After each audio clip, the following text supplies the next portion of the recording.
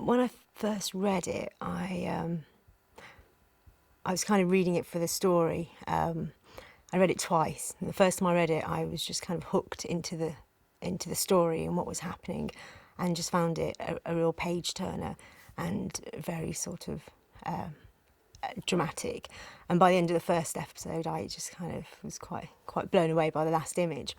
And then I went straight to the second episode, and I was like, oh, okay, it's a completely different world. And I found it really powerful.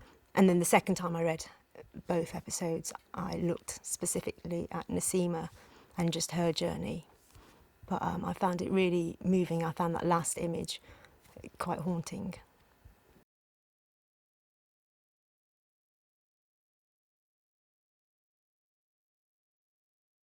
I remember the first meeting, we talked about a bit about me and my background, and then we talked about the script and then Nasima. And I was in there about an hour the first time. And what was great was that we actually really worked with the scenes in detail.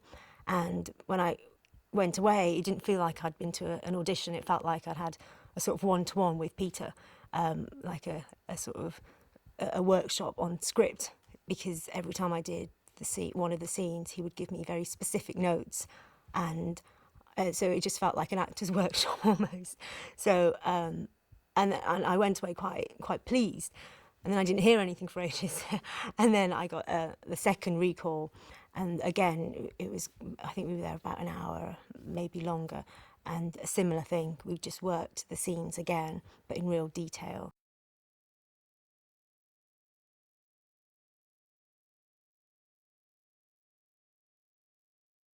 Nasima is she's a young, sort of determined, strong young woman, and she's training to be a doctor. She's at medical school. She's someone who's very passionate about her beliefs. She's quite political. She goes on marches. She believes she can make changes, and but she's also someone who feels injustices quite deeply. But she's a fantastic, complex character. But she's also, a young woman who likes to have fun and hang out with her friends and stuff as well.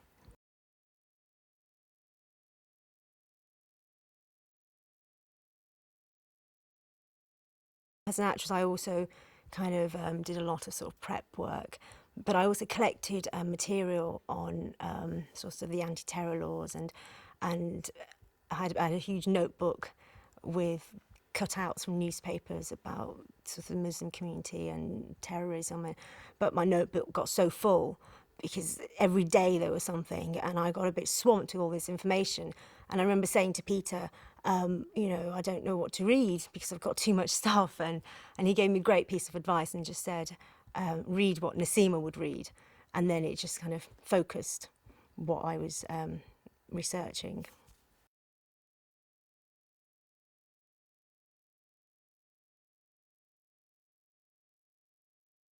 I loved working with Peter. I just think he's a real. I know everyone says it. He's an actor's director, but he really does respect actors and really gives time. And as a director, he's very committed to what he's doing, and very sort of about the detail of the work, and that kind of.